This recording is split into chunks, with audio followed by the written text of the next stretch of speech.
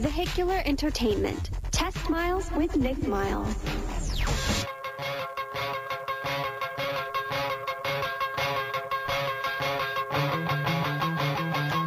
Oh, the boys are back in town. TestMiles on FM News 101. Good Sunday morning to you. Good morning. The team's here. Andrew, Brad, and Sean. Good morning, guys. Hello. Good morning. Did we have a good week? Phenomenal. I had a great week. You did? Yes. We were in Kentucky this week, weren't we? We were driving the new Chrysler 200. It's a pretty interesting car. We're going to talk about that in our fourth segment today. So welcome to the show. Packed show this morning. And I'm going to do something I hope I don't regret. We're going to open the phone lines for the first time ever today, where you get the opportunity to be on the show. 503-417-9595 is the number. Please call into the show if you have car-related questions. Up first in the first segment this morning, talking about the GM recall, the Toyota recall. No recall for Toyota, but Toyota's fine. Let's start off with the GM recall. This is a very difficult situation for General Motors. Obviously fresh out of bankruptcy, and it's hitting the news even more. There are quite a few vehicles involved. The positive side for GM is the fact that most of these vehicles have not been in showrooms for approximately 7 years. So we're talking about a lot older. If you're not familiar with the recall, it includes 1.5 million vehicles, and there is an ignition switch problem. And those vehicles include the Buick Enclave, the GMC Arcadia, the Chevy Traverse, and the Saturn Outlook. What are the others, Brad? Well, from 2003 to 2007, the Chevy Cobalt, the HHR, Saturn Ion, and Sky, the Pontiac G5, and the Solstice. So with the car like the HHR, they don't make that anymore, right? Well, most of these cars are not made, and you talk about the brands. A lot of the brands are gone. Pontiac's gone. Oldsmobile's gone, so those brands don't Saturn's exist. gone. Saturn's gone. So what do they do? Well, they're still responsible. Ah. That the unfortunate part is, or the fortunate part for the owners of those cars, you are still responsible as a manufacturer for a number of years, and there are several markers. You're responsible for producing parts for those cars, I think, for up to 20 years. You're responsible for the manufacture of those cars. The difficulty with this story is GM may have known about this situation for quite some time. And so the fallout for them is that they didn't respond quickly enough. However, since the new management has taken over at GM, their new CEO, Mary Barra,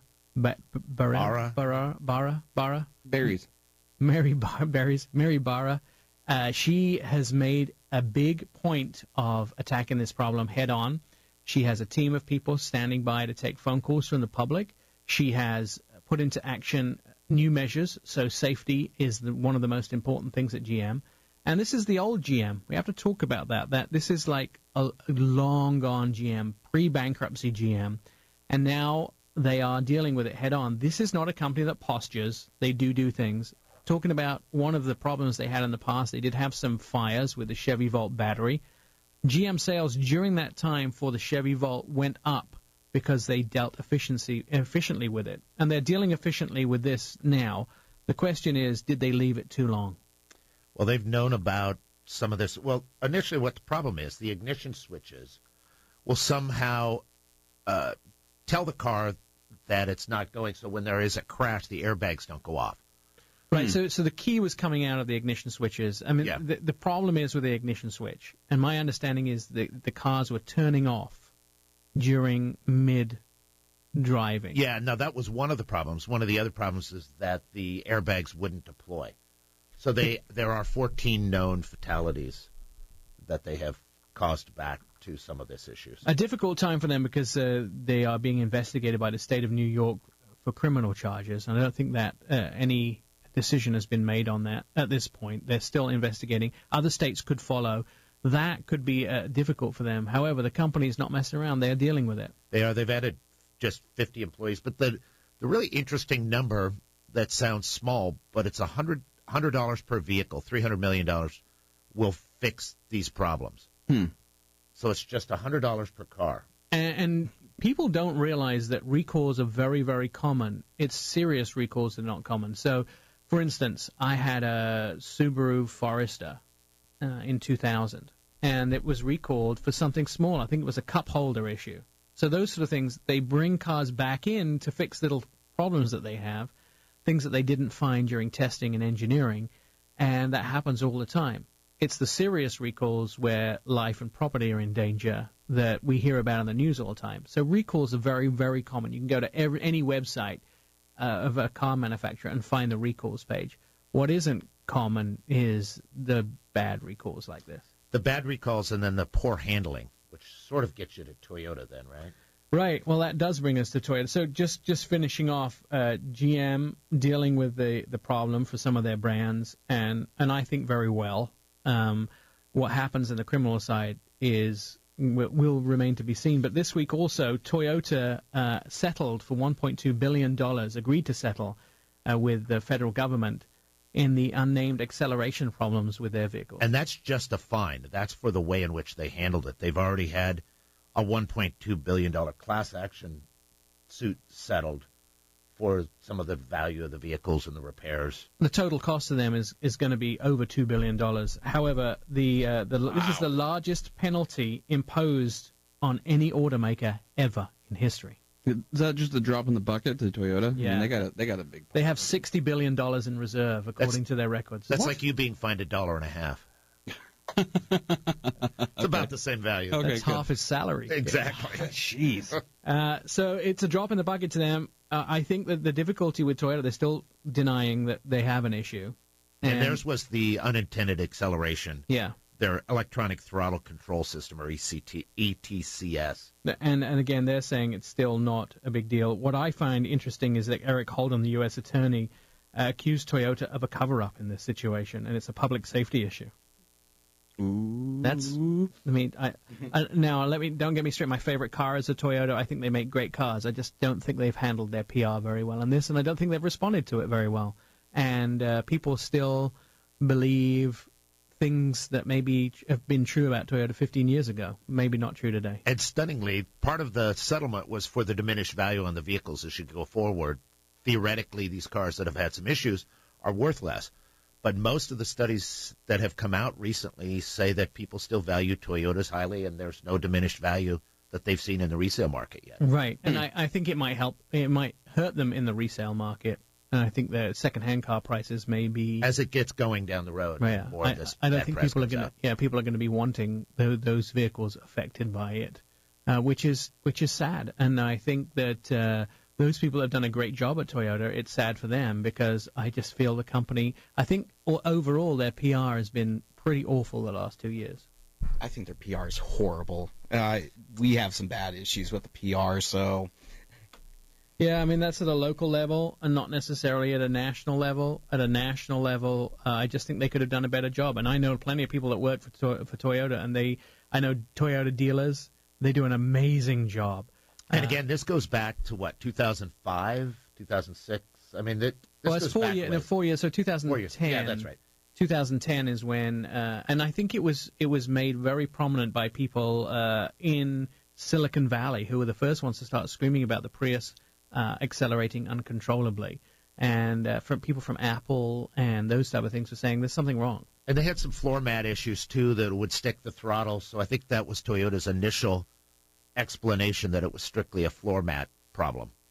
But didn't they just say that it was like the Prius and the hybrid systems at first trying to... It's just the way hybrids are, and people need to get used to how a hybrid drives. Right. I think they, again, full admission was not upcoming. Our phone lines are open, 503-417-9595. When we come back on Test Miles, we're going to talk about hybrids, gasoline, diesel, electric cars, and the new Ford 1-liter.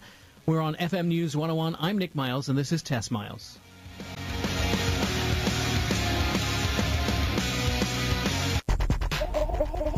Vehicular entertainment. Test Miles with Nick Miles.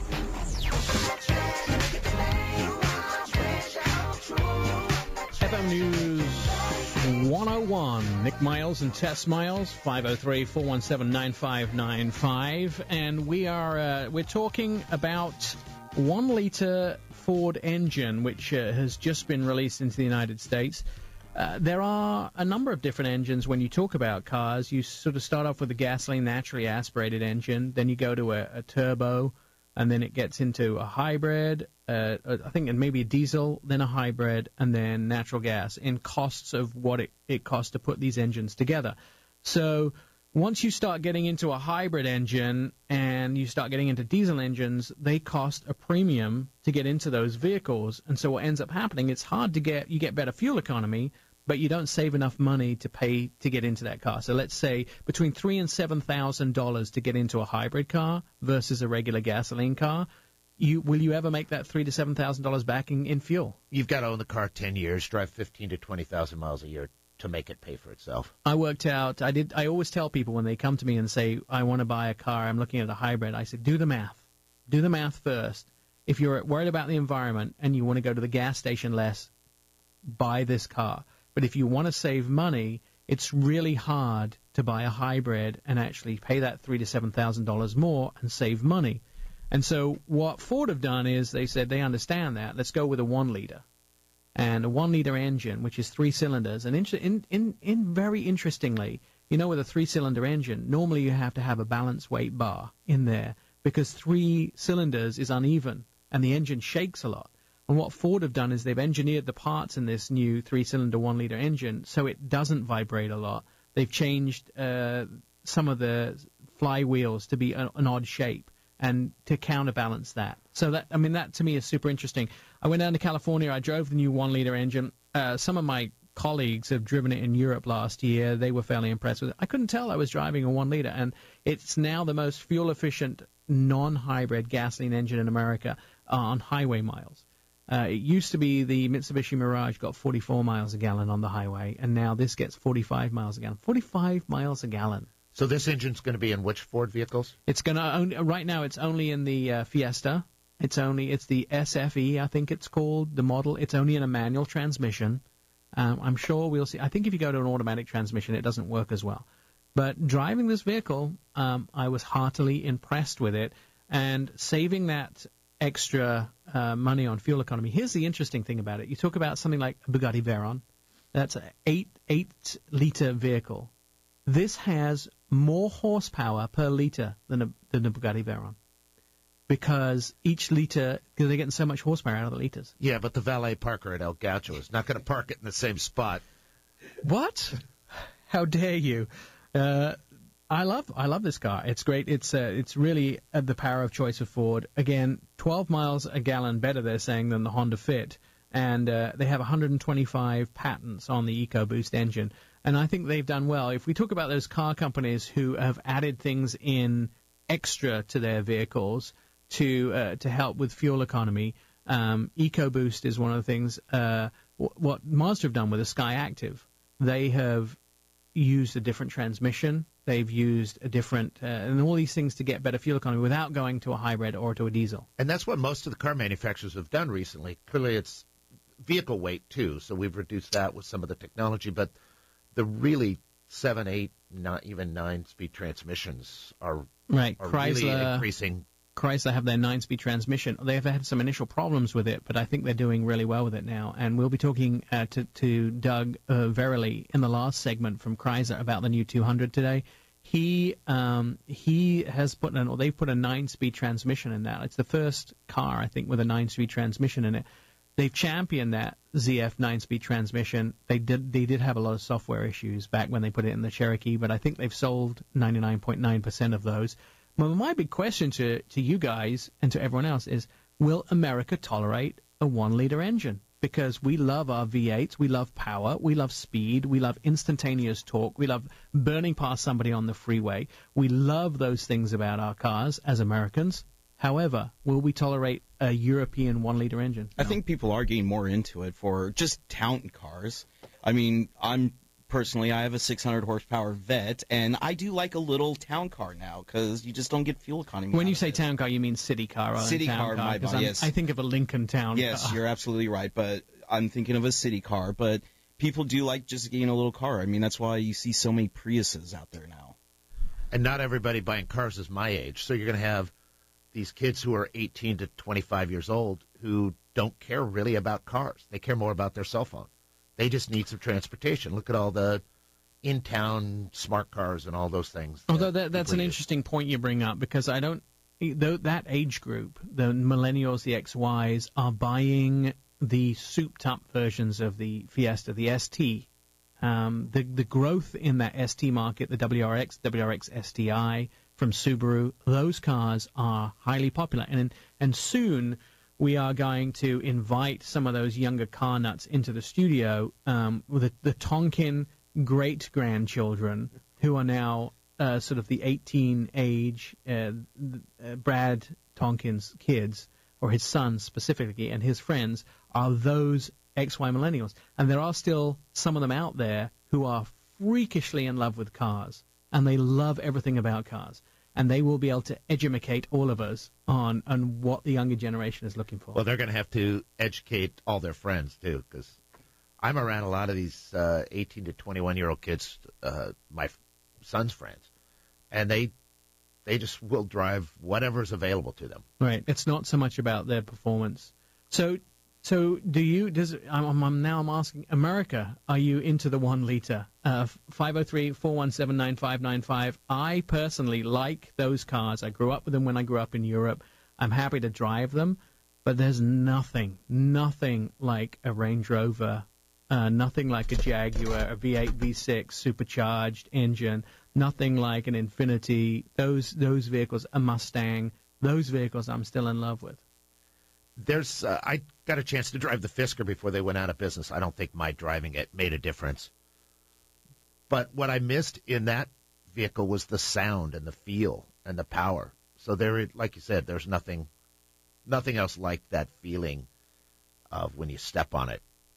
Yeah, Andy, you got someone on the phone? Oh, maybe he went away. No, we had Andy on the phone. He was calling in to talk about the topics we had at hand. All right. Well, we managed to get Andy. Andy, we'll try and get back to you and find out what happened to you. The phone number is 503-417-9595. We're talking about 1 liter cars. Is America accepting a 1 liter car? They've actually lightened the Fiesta by 215 pounds. They've made it lighter with this engine, the smaller engine, better fuel economy. And, you know, I always worry about these cars with performance. When you get onto the freeway and you want to overtake somebody, you really have to get the revs extremely high to do that.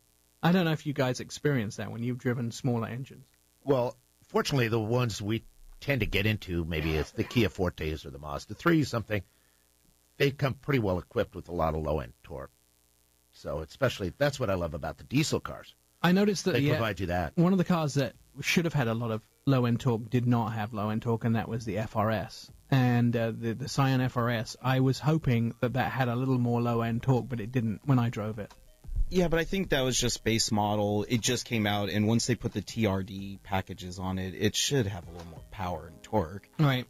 Acceptable for me is those cars. I think when you get down to those smaller engines and you have to rev them up to 6,000, 8,000 revs to get past something in traffic, most Americans sit back and they don't feel comfortable with that. Well, and I think that's what scares a lot of people with buying little cars. It's just the safe factor of getting hit, wanting to be able to get out of someone's way. All right. You're listening to FM News 101. I'm Nick Miles. This is Test Miles. We've got more of this great show to come. Thanks for joining us this morning. Vehicular Entertainment. Test Miles with Nick Miles.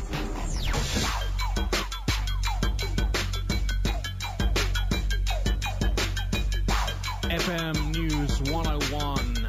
And welcome back to Test Miles. I'm Nick Miles. We have a caller on the line. Andy, are you there? I am. You had a question for us. Yes. Well, actually, it's not so much a question as a statement. You were discussing about Ford's new CNG engine, CNG gasoline engine, and I've heard that their F-150 for 2014 will be offered real soon, if not now, that has the factory-installed CNG conversion and has a total mileage range of 750 miles combined with gasoline tank and CNG. Now, a friend of mine, a good friend of mine I grew up with in Tulsa, Oklahoma, which is where I grew up, retired after 30 years from Oklahoma Natural Gas. And he's quite the natural gas expert. And even though he's a Chevy guy, he's going to buy one of these new 2014 Ford F-150 CNG trucks because Oklahoma has had the smarts to allow, the state of Oklahoma has allowed Oklahoma Natural Gas to install CNG terminals all over the state of Oklahoma, in a lot of the small towns as well as the big cities, mainly for the ranchers and farmers out there, because CNG gas is $1 a gallon. Right, and one of the things I think that is great about CNG is you can get it down to being so cheap to run a vehicle. They run it in Seattle. A lot of the taxi drivers in Seattle run CNG, and also we'd love to see more CNG in Portland. We have had a Honda Civic CNG in our test fleet at TestMiles, and unfortunately the only place to go fill that up is out at the Honda factory, or the Honda offices out in Gresham, where they have a pump there. Big fans of CNG, and Andy, thanks for your call. We'll make a note to bring more CNG stuff onto the show. I want to talk quickly about what we've been test driving this week. I've actually been driving a number of cars. The Range Rover Sport, which is, there's only 3 cars in that, or 3 SUVs in that particular category. The Range Rover Sport, the Lincoln Navigator, the Cadillac Escalade. I'm very impressed. I have to tell you, it's very hard for me not to be a Range Rover fan because I own a Land Rover product. But they've lightened this by 700 pounds and now does 19 miles a gallon, 1723. However, $73,420 is probably more than a week's salary for me. So it's going to be pretty hard for me to afford one, although I do love it. So we talk about perception of vehicles. Perception still there on the Range Rovers that their quality and the electronics is bad, or are we back? And they definitely have the British pedigree. One thing that I do think is that I don't like the shifter on it. They've gone to electronic shifter, and it's hard to change gears. You really have to hold it for 3 seconds to change gears. And when I reverse out of my driveway and put it into drive, that's always hard. There's a couple of other things, like the window buttons and the seat buttons are reversed. When you go to use the window, you find you're doing the presets on the seat. Those are little things to me, but it's still that high quality on the interior. Also got to drive the Infiniti Q50. This, to me, is an outstanding car. The trouble with Infiniti is their naming. They went to Qs. So I think the G37 went to the Q50, the Q60, I'm not sure where, the M went to the Q7. And we were just discussing it in the break. We're very confused about how these cars, and if we're confused, you got to bet somebody else in the country is confused. The new Q50 has this drive-by-wire, the adaptive steering, also that lane control system, and predictive forward collision warning, along with a possible hybrid engine as well. Very impressed. The one I drove was the S. It had black on black. And also the Hyundai Sonata. 3 engines in this now, 6 or 7 passengers. Sorry, the Hyundai Santa Fe. Did I say Sonata? Sonata's going to be introduced, by the way, at the New York International Auto Show, the new one. I just got that inside information last week. 3 engines in the new Santa Fe, 6 and 7 passengers. We'll be doing some TV segments on this. Blind spot detection now on all levels, and also that rear parking. Very impressed with Hyundai. I do like the higher-end trim levels on those. What have you guys been driving? I've been driving a couple Mitsubishis, the Outlander and the Lancer, and they're great vehicles. The Outlander's a great 7-seater. Okay, from now on, I'm going to ban you from saying great vehicles. Okay. So when you talk about vehicles, they just can't be great vehicles. Okay, well, it's a good... They're good vehicles. No, the Outlander is amazing. I mean, if you're looking for a 7-seater family vehicle but don't want a Tahoe or a minivan, it's great. What word was that? Okay, I'll get a dollar jar going on here. But it was good off-road. It has all-wheel drive. I took it up in the mountains, and there was no problem with the traction control. It handled like a dream. The Lancer is awesome. It's all-wheel drive. It has a button that you can basically switch into 2-wheel drive, so you get better fuel economy in the city. But I heard you complaining about the Lancer because it didn't have Bluetooth. It has an option it has the buttons for Bluetooth and not the option. And I just feel like nowadays every car should have Bluetooth no matter what. I know it's a charge. Standard equipment Bluetooth. It should be standard. It's illegal to use your phone in most states now. You should have Bluetooth in the car. And, I think in Nevada, the law bounces around. But at one point when we were there, it was illegal to operate a phone in any way as the driver. I think they've reversed that since then.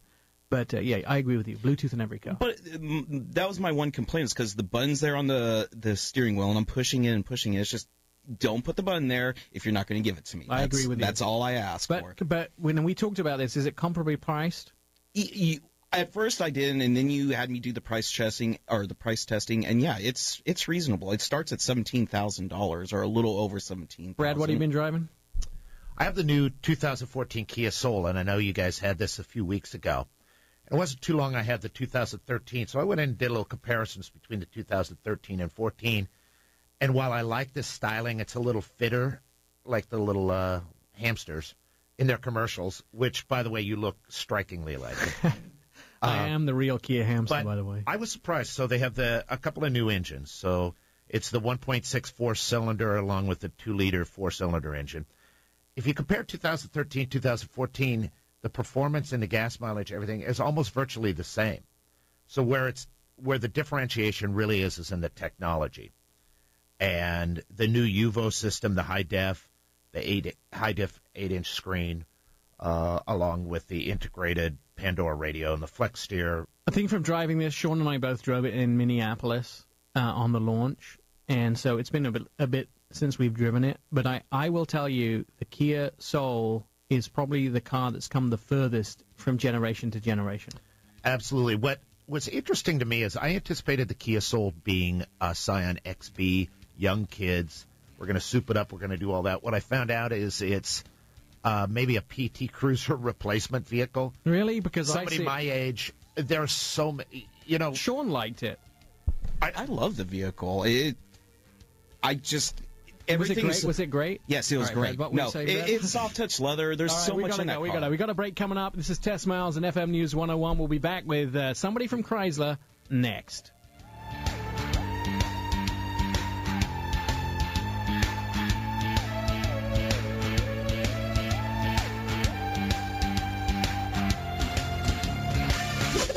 This is Test Miles with automotive expert Nick Miles. Vehicular Entertainment. Test Miles with Nick Miles.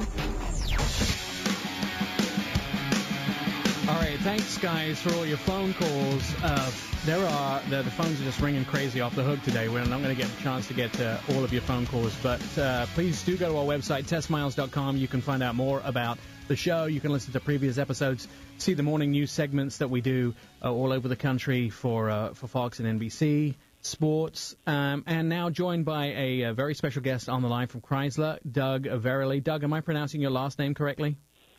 Yes, that's fine. Excellent. Good morning to you. Thanks for joining us on the show. Recently, Sean and I were in Louisville, Kentucky to test drive your new Chrysler 200. Pretty spiffy little car you've turned out. Yeah, thank you. We think so. So tell me a little bit about why now, why a new 200, and where it's going to compete in the marketplace. Well, why now is because it's the right time to redo the car. We think it's going to compete very effectively in the marketplace with the powertrain lineup that we have, the full array of safety features that we have, and, of course, the beautiful exterior and fantastic interior of the car. Now, you guys have engineered a lot of new stuff in this car, and I know that's one of your specialty areas. Tell me a little bit about this 9-speed transmission. Is this the similar one that we saw in the Cherokee? Is it tuned completely different now? Yes. Yep, it's the same transmission, and, of course, we benefit from having a little more time, and it is now tuned specifically to the use in our new 200. And you, I know on the launch that you guys talked about the numbers for this car. It's important. Those numbers are important. So no, we have you've managed to get 35 miles a gallon out of this new 200. Yes, that is our expected highway fuel economy for the 4-cylinder engine, and we think that's going to make us very competitive. And on top of that, you managed to launch the car for just over $21,700. I think it was the launch price. Is that right? Right. Yep. That is the base price for the entry-level car. We think that makes it very affordable. Now, one of the problems we've always had in this category, so mid-size sedans, Camry, unfortunately, for everybody else in the industry, owned that number one position for quite a few number of years. And now, hopefully, we've been looking for an American challenger to the top three. So I think it's Camry, Accord, and Altima are the three top vehicles. Very, very good vehicles in their class. But the closest vehicle that's come to challenging those top three positions has been the Ford Fusion. Now the 200, you think, has a chance of challenging maybe the top four positions in the market? Yes, Nick, I think we do. We bring of course, the exterior styling to make the car very attractive, make it stand out in the marketplace. We bring interior features that we think are really second to none in terms of customer storage, convenience of the sliding cup holder, for example, the rotary shifter, which is exclusive to us, the fact that we offer an all-wheel drive system that's fully disconnecting. We have best-in-class V6 horsepower at 295 horse. So we have a lot to offer that sets us apart from the competition. No, I'm talking about that exterior styling. This is one of the cars which I think doesn't photograph as well as it looks up close and personal. When I actually got to the vehicle up close and personal, hugely, actually the first time I saw it was in Detroit when it was unveiled, but really beautiful in the flesh. And you guys have also gone for a whole new color palette as well for the 200. Yes. The vivid blue, which I think you had a chance to see in Louisville, we think is really fantastic. It's going to catch people's eye. We also have a velvet red, which is an amazing color. Looks very deep and very rich. We also have a white tri-coat, which will be coming out, which gives the customer a chance to have a real tremendous exterior appearance to the car. And then we spent some time with Klaus, the interior designer, who I feel has been one of the best acquisitions for the Chrysler Group. And he has done an amazing job with his team on that interior. You talked about the sliding cup holders, but we saw the one on display there, which was kind of a tan leather in the Louisville Slugger Stadium in downtown Louisville, Kentucky. And you guys had basically sliced the roof off the car and angled it into some kind of display so you could actually peer into the car. When you look at that, the quality of those materials, was that important to Chrysler, is the interiors? Because we were very, very honest with Chrysler when came out with vehicles in the last 5 or 10 years. The interiors could have done a lot better. And you guys really pulled all the stops out for this, didn't you? Yes. As we mentioned, and I believe Klaus was able to say there, we didn't miss doing anything on this car. Everything that we set out to do, we were able to do in terms of materials and finishes, all of the soft touch surfaces wherever the customer comes in contact with the car, the choices of finishes around the instrument cluster and on the doors, the fact that we offer a real wood option for people who want that as well.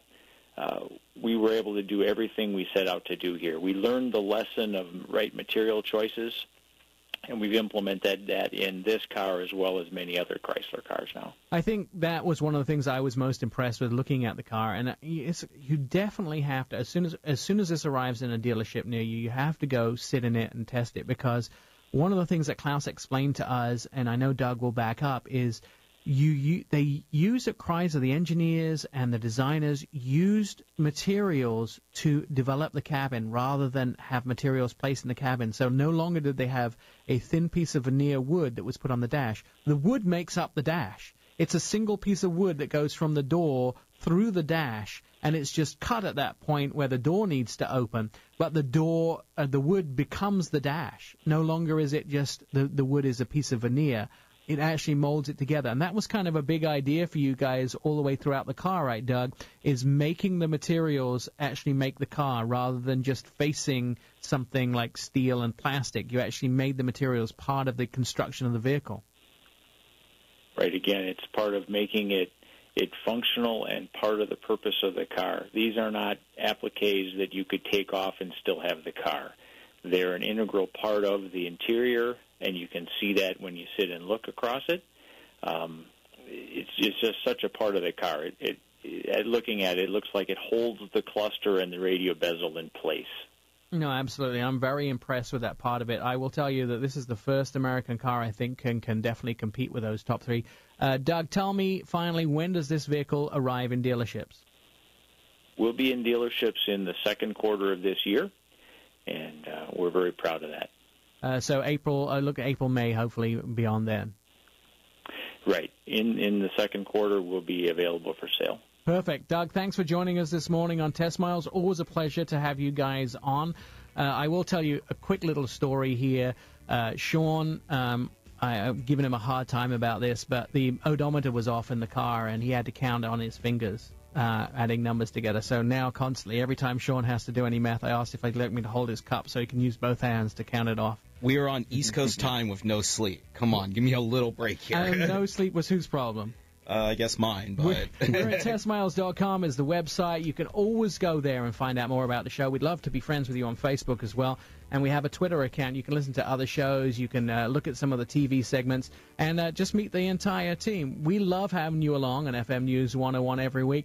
Join us next week. This has been Test Miles. I'm Nick Miles along with Andrew, Sean, and Brad. Have a great weekend.